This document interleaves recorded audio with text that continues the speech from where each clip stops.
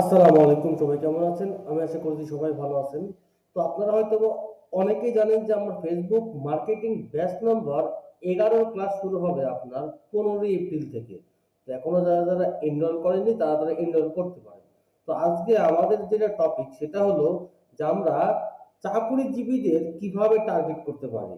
এখন আপনারা এটা বিশ্বাস করবেন কিনা আমি জানি না, একটা স্টুডেন্টের থেকে একজন চাকুরিজীবীর কনভার্ট হওয়ার চান্স কিন্তু অনেক বেশি। এর একমাত্র কারণ কি জানেন? তাদের আর্থিক সচ্ছলতা হইতে পারে। এখন তাদেরকে আপনি কিভাবে টার্গেট করবেন?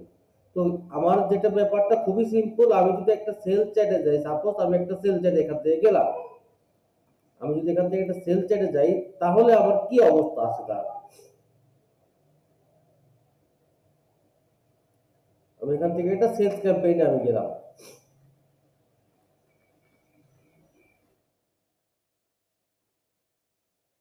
আচ্ছা, এটা কি?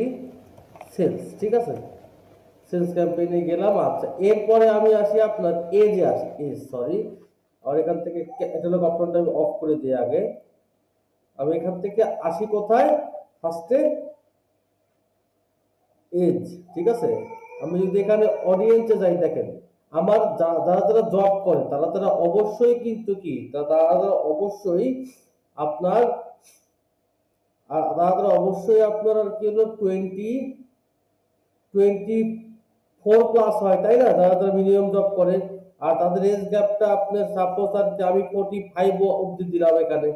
আচ্ছা, এরপরে যদি আমি এখানে আসি, এরপরে যদি ব্রাউজে যাই, দেন আমি যদি এখান থেকে আর কি ওয়ার্কে যাই, তারপর যদি এখন অপশন আছে কিন্তু আর কি দুইটা, ঠিক আছে। একটা আছে কি জব টাইটেল, যদি আপনি লিখে এখানে কিন্তু সার্চ করতে পারেন। এছাড়াও কিন্তু আপনি যদি ইন্ডাস্ট্রিতে যান, মানে সাপোজ যারা যারা আপনার অ্যাডমিনের জব করে, ঠিক আছে, যেমন তারপর সিও এমডি যা যা হোক আর কি, আমি এইটা ক্লিক করলাম। এবং দেখেন, যারা যারা আপনার বড় যারা যারা আপনার বড় কোনো অফিসে জব করে, সাপোজ লার্জ বিজনেসে জব করে, আমি এদেরকে টার্গেট করলাম। আবার কোথায় সাপোজ আমি দেখেন, এরপরে কি এটা আমি করলাম সিলেক্ট। এরপরে কি আপনার এখানে এরপরে কি আছে আপনার এখানে দেখি, সাপোজ আমি এইটাও দিলাম যে যারা যারা যারা আপনার সরকারি জব করে, আমি এদেরকেও টার্গেট করলাম। এরপরে কি যারা যারা আপনার হেলথ কেয়ার অ্যান্ড মেডিকেলে যারা যারা জব করে, আমি এদেরকে দিলাম। এবং যারা যারা আপনার আইটি রিলেটেড জব করে এদেরকেও দিলাম। এবং যারা যারা লিগেল সার্ভিসটা সার্ভিসটা মানে কি, সাপোজ আপনার জজ, উকিল, পুলিশ, র্যাব, এদেরকে আমি টার্গেট করলাম, ঠিক আছে। আচ্ছা, এরপরে কি যারা যারা ম্যানেজমেন্টে জব করে, আচ্ছা এরপরে কি যারা যারা আর্মি, এদেরকে আমি টার্গেট করলাম, ঠিক আছে।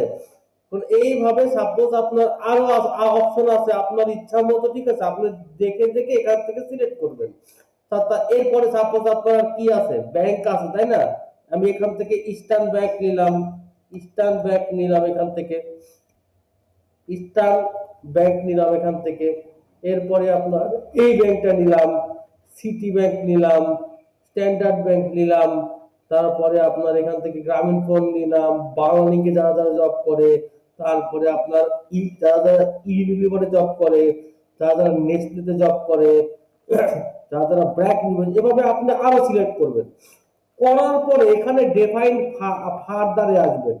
সাপোজ আপনি সেল করতেছেন কি আর কি, সাপোজ আপনি টি শার্ট সেল করতেছেন, তো আপনি করবেন কি, এখানে কি লিখবেন যে টি শার্ট, ঠিক আছে। মানে ওইটা দিয়ে আবার শর্ট করে দিবেন, তাহলে আপনার পারফেক্ট অডিয়েন্সের কাছে আপনার একটা যাবে। তারপরে আপনার ক্লোথিং দেন, তারপরে পোলো দেন, আর কি পোলো শার্ট দেন এখানে, পোলো শার্ট দেন এখানে। এই তো, এইভাবে দিয়ে আপনি আপনার একটা একটা রান করেন, তাহলে কি হবে যে যারা যারা জব করে একটা আর কি তাদের কাছে যাবে। এইভাবে আপনারা আরো অর্গানাইজ ওয়েতে আপনার অডিয়েন্সটা সাজায় নেবেন, ইনশাআল্লাহ ভালো কিছু হবে। আসসালামু আলাইকুম।